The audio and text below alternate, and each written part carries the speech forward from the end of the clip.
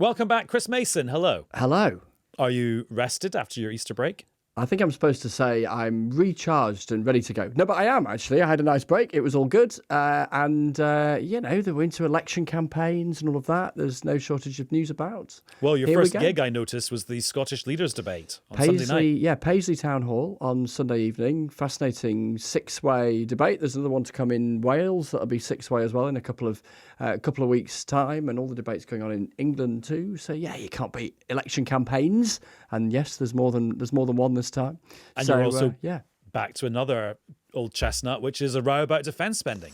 Yeah, and one that we're familiar with, aren't we? Because there's a wider conversation going on and has been for some time at Westminster amongst plenty of political parties around, how do we have a societal conversation about the prospect of increasing defence spending, and then with what trade-offs? With what trade-offs for taxes? With what trade-offs for other spending? That's been going on for a while, not least because of the context of the Ukraine war, and then sharpened, I think, in the context of the conflict in Iran because of the economic consequences it has in the short to medium term that we'll come on to discuss. But then the questions that it raises again and have been raised again today by Lord Robertson, the former Labour Defence Secretary, the former Secretary General of NATO, saying that he thinks the government is complacent. So, that is a sharpening of that argument, isn't it? And I guess it's then harder for governments to make an argument about spending more, but frankly, on anything, but on defence when the economy is struggling and has been for some time,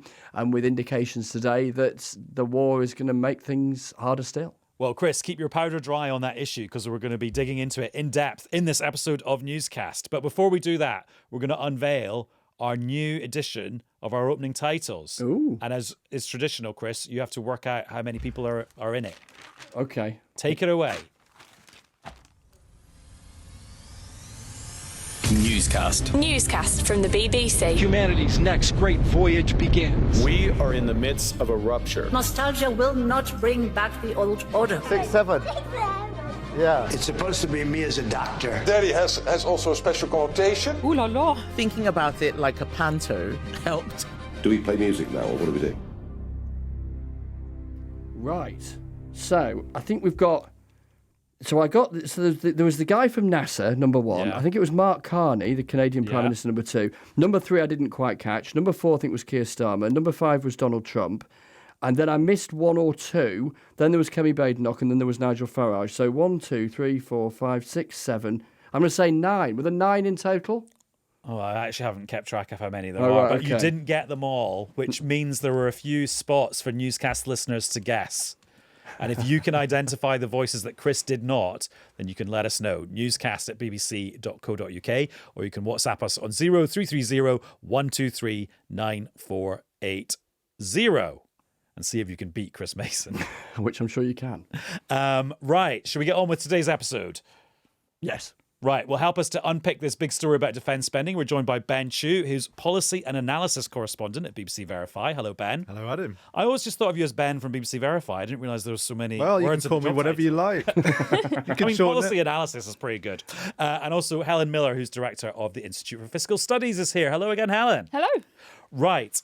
Chris, before we dig into the sort of the details of the argument around defence spending, why is everyone talking about it today, Tuesday, the 14th of April? Because Lord Robertson, George Robertson, former Labour Defence Secretary a couple of decades back, and former Secretary General of NATO. In fact, he was NATO Secretary General at the time of 9/11, so was the Secretary General at the one time that NATO has triggered Article 5, that central element of NATO, that if one member is attacked, it's a acceptance that it is an attack on all, and they come to the defence of the country that it is attacked, which of course was America in 2001. He is giving a lecture now, as we record at just gone 6:30 on Tuesday evening. He is giving a lecture very shortly, so we haven't yet heard it, but we are aware of the key things he is saying. And he is saying in this lecture that the Iran war is a rude wake-up call. He says the UK is underprepared, underinsured,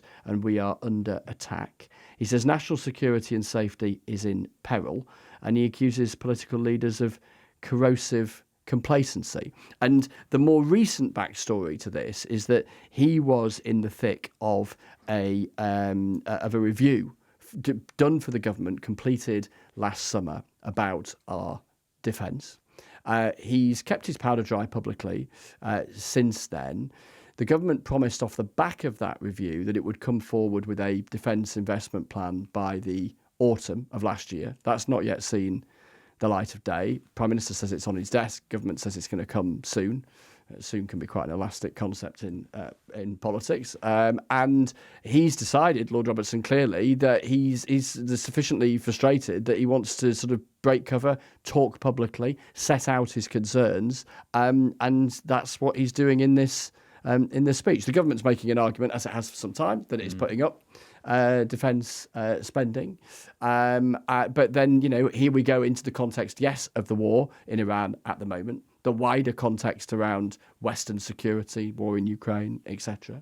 And then how this government, and indeed its successors, wrestle with the geopolitical landscape and the pressures that puts on them to increase defence spending at what cost to other things. And Chris, just to be really clear, Lord Robertson's criticisms could probably be levelled at lots of governments from the recent past, but actually the real political potency in his attack is that he's attacking the current government, the people who signed him up to do this defence review last year. Yeah, I mean, this is a guy who's been, laboured to his bones for decades and decades and decades. He is somebody who has impeccable defence credentials, not just on the domestic stage as a former defence secretary, but Secretary General of NATO, of all things. Perhaps one of the most grand titles in the world of Western defence you could possibly aspire to have on your CV. He's also somebody who doesn't make a habit of shooting his mouth off. Quite quietly spoken in his manner and his demeanour. Doesn't race in front of the cameras and microphones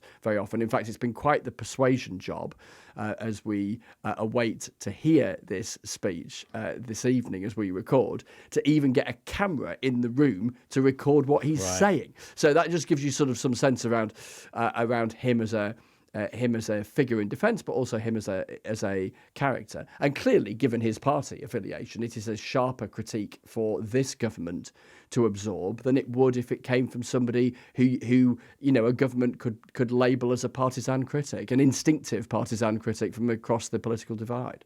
And Ben, give us some numbers about defence spending that can kind of help us understand this argument. Sure. Well, okay, look, I looked today at the Nato official estimate of what the UK is spending on defence. And that's the more relevant measure because obviously it's a NATO target, which the government has set itself. The UK's figures are slightly below. But going on NATO's figures, in 2025, it estimates that the UK would be spending about £70 billion on qualifying defence spending, which is about 2.4% of GDP. And for context, the government has set a target to get that up to 2.5% by 2027.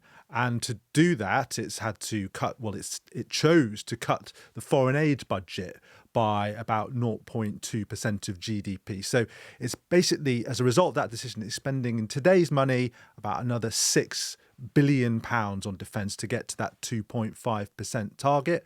And it has a target to get to 3% by the end of the next parliament, although there's a lot of pressure for the government to do that by the end of this parliament. Put that in context, that would require another roughly £15 billion extra on top of that £6 billion already spent. So you're getting into considerable figures there in terms of the extra spending that would be needed to hit those targets. Also, Helen, it's worth remembering that percentage of GDP thing is not a percentage of all the money the government spends in its total budget. It's a percentage of the whole economy.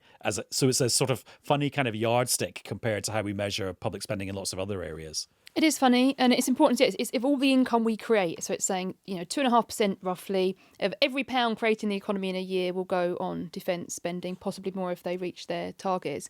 It is a big chunk already of what the government does, and it's worth panning out a bit further in the context here. I think for decades the UK was cutting defence spending. Post Cold War, it was in some sense cutting it relative to the size of the economy, while welfare and health were increasing. We're now at a historically unusual position of trying to increase health, welfare spending and ramping up defence. We've never done that before. So it's also that broader context here of things are different in the broader world. We are trying to have a bigger welfare state, a bigger health spending, older population, and now we're trying to increase defence. And that's very unusual. And the sort of the equation George Robertson appears to be making in this speech, and certainly he's quoted in the Financial Times this morning as making this equation, is that you have to cut welfare spending so that you can put defence spending up. Is that a fair way of looking at the balance? I think it's true to say you have to find a way to pay for welfare spending. It's, as Ben said, there are sufficiently big sums here. This isn't the money you find on the back of the sofa. If you really want to meaningfully increase defence spending on a permanent basis, not just for the next year, you got to fund it. Now, you either got to fund it by higher taxes. That would be significant. So if you want to find an extra 15 billion, you're looking at 1 or 2 percentage points on the rate of VAT, for example, or you cut other spending. Now, you could cut welfare, which could mean benefits for working age people, pensioners. It could mean health, the broader healthcare system. You wouldn't have to look there. But importantly, we spend so much money on health and welfare. If you don't want to touch those areas and you want to cut elsewhere, then you've really got to go pretty big cuts to find that money. So we really do have choices. We don't have to do anything in a sense. But the scale of the numbers here is such that we shouldn't think there's an easy way through this. You have to make some real prioritisation about how much you're going to raise and where you're going to put it. And just to put some numbers on that welfare point, because we were asked to look into it for Verify today, and looking purely at the working age welfare bill, so not including the state pension, which I think is probably a more relevant comparator to the point that Lord Robertson was making. In the mid-1980s, the government was spending more on defence than working age welfare. And as of today, it's spending more on working age welfare than defence, about just under 4% of GDP, and that's projected to go up to 4.3%. So you're comparing that with 2.3, 2.5% of GDP. So that gives you a sense of the amount of resources which are going to these two areas. And obviously, many people say that the welfare one should come down and the defence should go up, albeit there's lots of pressure on the government to keep spending on both. And also, Chris, it sounds like there's actually sort of two arguments about defence spending going on here. There's the Lord Robertson view about what you do in the medium to long term to create a modern armed forces that can survive and thrive in the scary world we find ourselves in. But it also sounds like there's an argument going on about just sort of paying the immediate bills in the Ministry of Defence as well. Yes, and there's been noises from the MOD today kind of articulating that. Now, some will say that, government departments will often make noises known like these because they face a squeeze and they argue that their cause is greater when it comes to public spending than perhaps the department down the road. That's often the sort of tangle of conversation that goes on between and within government departments. And I think the other thing you've got going on here is the big picture thing, which is the kind of generational challenge or the challenge of the coming years. And then the more specific thing, which is when does the government get round to publishing this defence investment plan that I mentioned that was promised not long after the publication of the Strategic Defence Review, which will set out how it would be paid for. And actually, as you were just in conversation there, I spotted on my laptop some remarks from Luke Pollard, who is the Defence Procurement Minister, who has popped up in front of the cameras in response, in anticipation of Lord Robertson imminently, saying that the government's working flat out, he says, to publish this defence investment plan. And we're sort of pushing back on the idea that the reason it hasn't seen the light of day is because they can't decide where the money's going to come from, saying we already have extra money in our budget this year, due to what the Chancellor was saying in the budget. So, you've got the sort of micro and the sort of practicalities of delivering what Lord Robertson and those who wrote the Defence Review were saying a year ago, and then that sort of medium-term question, as well as you say, the shorter-term wrangles within the MOD about the budgets that they're facing right now. And Helen, that shorter-term wrangle, that seems to boil down to a number that people have been banding around of £28 billion over the next 4 years. Just explain where that number's come from and if that's a sort of legit number for people. I don't know where that number's come from, actually. Of all the numbers I've got in my back pocket, I'm not sure they've got 28 wow, if you don't know it, then it must be very... I think, isn't that the shortfall in the defence budget as it currently exists because of things like inflation? And that's what I was getting at my point with Chris. Like, there's two separate things here. There's just keeping the defence budget topped up when things are very expensive now, and then there's the further topping up the defence budget when you want to enhance it for a new world with new technology. Yeah, I mean, bigger picture, and I could look up where the 28 billion number is exactly. I'll give you some homework. Bigger, right? Yeah. I'll take one home. I mean, bigger picture. Look, stepping back, we had a big spending review last year where the government set out its spending envelopes for the different departments. And there'll be another one next year to do more forward looking. I mean, my memory of this is that at the time where the Strategic Defence Review was put out, I think it was around 2.5% was the expectation. We thought we were going to live within that. Now, obviously, things changed. The Middle East has happened. There'll be calls for higher defence spending. And there'll always be some calls for, actually, now the budget isn't sufficient, can we top it up in year? Then there'll be the next time round, do we top it up permanently? Another set of decisions that are really important, obviously, is what do you spend it on? Even once you've got a certain amount of money, there will be arguments about how much do you put it into new homes for soldiers to make them happy versus drones versus something else. So, and people will think there are underspends on some of those bits relative to others, depending on what they think the need is. So there's a kind of an overall budgeting issue, and then there's how much do you need for different areas. Ben, are there other bits of the defence spending equation that you've been looking at today? Well, at the risk of preempting Helen's homework, we were asked to look into the £28 billion figure. You can do it for me. It's good. Save me a job. I did ladies first. It's not an official figure that the government's put out. It's something that was briefed out to, I think it was the Times initially, but it's been bouncing around ever since. And it seems to be the cumulative over 4 years gap between what the government has given the military and what it's been asked to deliver. So it's not really comparable to the figures that we've been talking about. And of course, to get to the 3%, that would be on top of anything that would be done to fill these gaps that have been identified by the forces. But I think it is worth making the point about defence procurement, because the Treasury also has to think about value for money if it is going to spend more on the military, rather than just meeting these targets which have been chosen for perhaps good reasons. And we were looking today at Verify into the National Audit Office's which is the government's official independent spending watchdog into the MOD, the Ministry of Defence, last year.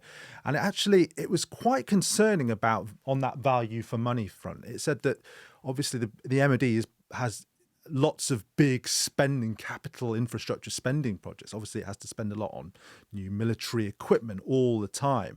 But it said that of 47 big spending projects that the Ministry of Defence had in 2024-25, 12 of them were rated red, and that meant appears to be unachievable. And the National Audit Office specifically said that the MOD has traditionally struggled to deliver projects on time and on budget. So I think the Treasury is probably right to think about, is this money going to be well spent? How can we get these controls in place to ensure that it is? Because simply spending money for the sake of it, to say you've spent the money, isn't really what the country needs, isn't what the country's national defence needs. So I think we should talk about that in this debate, rather than just talking about the big spending numbers. And Chris, I mean, the papers are writing lots of stories about, Defence Secretary and the Chancellor at loggerheads. Keir Starmer is going to have to step in and decide who wins the argument. Is that the sense you're getting about what's happening in Whitehall right now? I mean, I think there's a bit of that, but I don't think we should overstate it in that this happens all the time. I was talking to a minister from a different department today about a completely different thing, who was talking with anguish about their wrestles with the Treasury and how every so often they decide to go over their head and plead to Downing Street that Downing Street ought to go to the Treasury and tell them to get on with it and give this particular department the money that it argues it really deserves for policies X, Y, and Z. That has been the nature of Whitehall from the year dot. And to pick up on Ben's point, the Treasury would make the argument that it has to be scrupulous, particularly at the moment, but generally has to be scrupulous about wise spending of public money and ensuring that it's delivering good value for money. And there is a long-standing critique, fair or otherwise, that's often thrown in the direction of the Ministry of Defence in particular about the extent to which projects are as wise in their use of public money as they could be. So, look, yes, that conversation is real, but perhaps no more so than in plenty of other departments. But I do think what we've had in the last couple of months since the war in Iran began, and this is perhaps the sharpest case study in it, this speech from Lord Robertson, is a sharpening of that argument that's been building for some time around these questions on defence, and that's going to demand answers in the short, medium and long term. And in the short term, that is going to come down to the Prime Minister and the Chancellor, isn't it? The specifics of this defence investment plan in the short term, and then the wider questions. And then, at the risk of getting ahead of myself, other political parties that might anticipate or desire to be in government in the next decade or so, finding answers to these same questions around the trade-offs, around the extent to which you get that number, that proportion of our national income spent on defence up. And then there's a wider thought that struck me this afternoon in the context of what the International Monetary Fund was saying about the resilience or otherwise of the British economy in the context of what's going on in Iran. Of course, we so often, don't we, in governments benchmark their commitment to defence by looking at the proportion of national income that is spent upon it. If you have an economy that is struggling, that is flatlining, that is wounded by the conflict, then even if that proportion of the share of the economy is going up, the actual amount of money that you can spend on defence is not going up as much as it would be if the economy was growing and was in better shape. So that, that there's a consequence there too.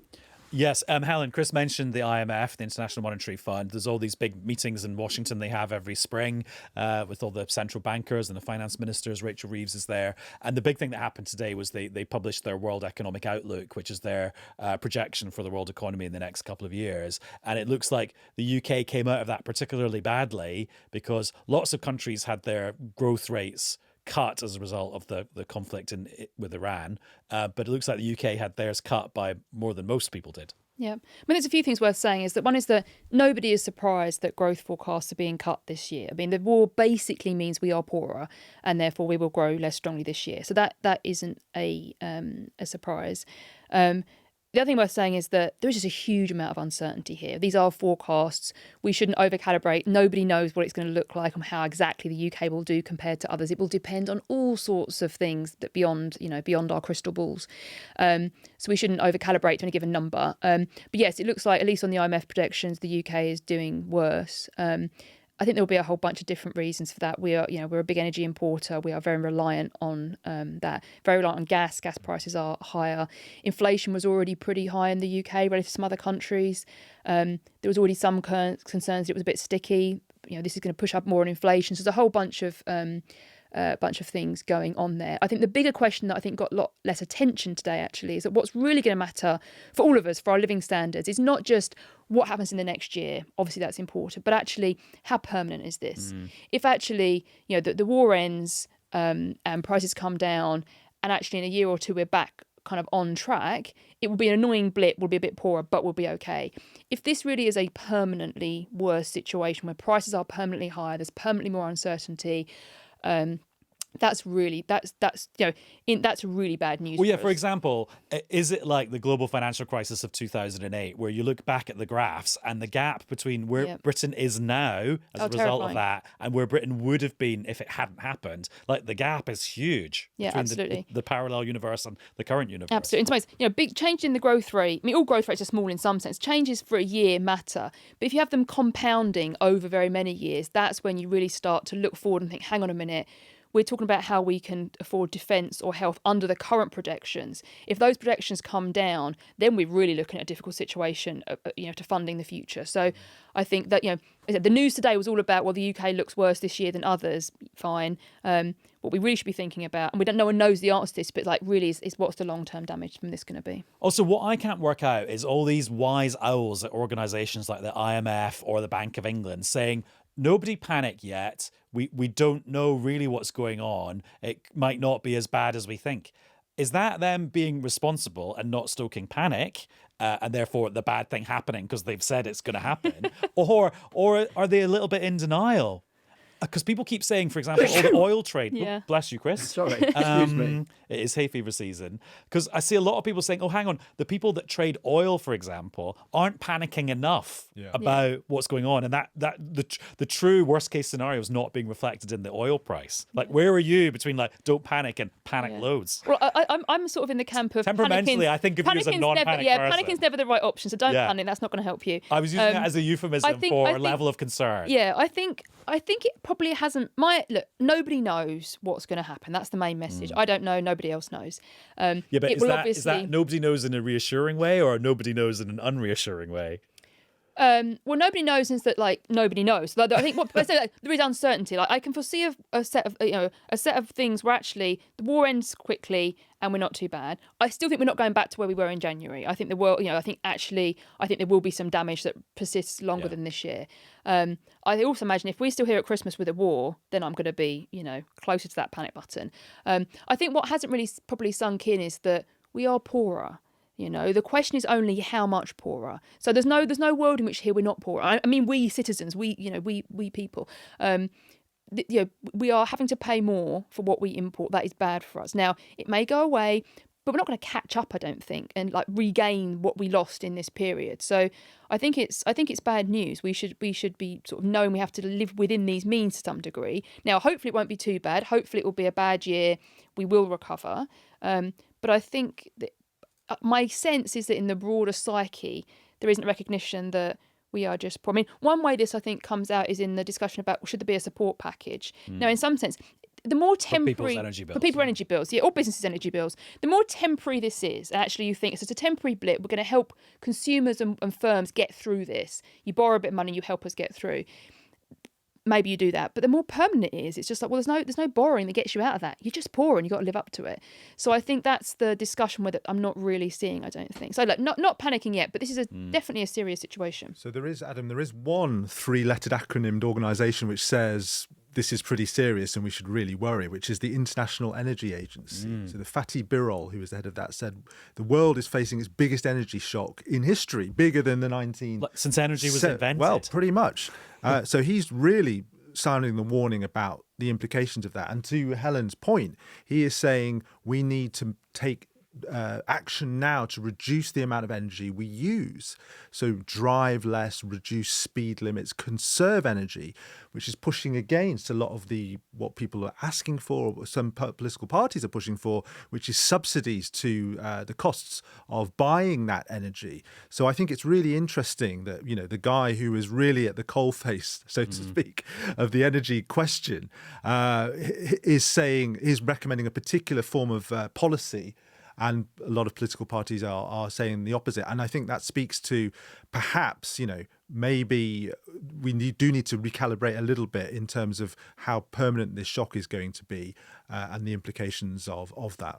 But I think that's really important, right? I think he's right on the point about how you design a support package. I mean, sometimes prices are higher. We want consumers to be facing those higher prices. We should be realising that driving and running your washing machine and heating your home are all more expensive things now. And therefore you sort of need consumers to see that price and then reduce their demand. Now, if you want to help poorer people, and that's a perfectly valid goal, obviously, you want to do it in a way that doesn't change that pricing. So give them a lump sum rather than change the price. But I think you're right. But it speaks to my point that we're poorer because this stuff is more expensive. And we either have to carry on paying, to drive the same miles, or we've got to drive fewer miles. We've got to, reduce the thermostat or something else. And Chris, final thoughts to you. None of this is good for the government from their point of view. I mean, short answer, it isn't. No, it isn't. It sharpens all of the already sharp trade-offs that they were confronting. I think the big picture point about the economic backdrop is that, I think so much of the mood, the outlook, the vibe of politics and the wider national conversation and the electorate at the moment is probably, in many senses, not entirely, but in many senses, grounded in the kind of economic reality of the last a good number of years. And here comes yet another shock with its economic impact, at least in the short term, and let's see how long the consequences are.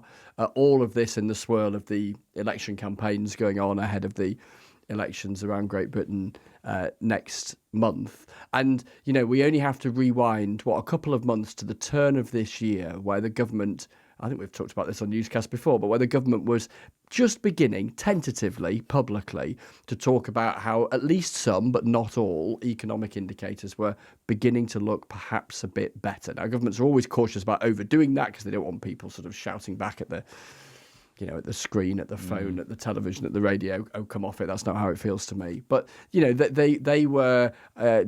felt that there was just the beginnings of some things they could point to, and along comes this. So yeah, not easy for them in the way that it's not easy for so many newscasters when you turn up at the petrol station to fill up the car, or all of the other economic consequences that we stare at the moment. I'm just thinking about that soundbite ministers were using for a bit at the turn of the year, which is that we've turned the corner. It turns out that we were reversing back round it, which so it was strictly accurate. It's just not the right direction, potentially. Discuss. Yeah. Chris, good to catch up. Ta. Ben, thanks for all your hard work today. No problem. Thanks, Adam. And Helen, thanks for coming in. Thank you very much.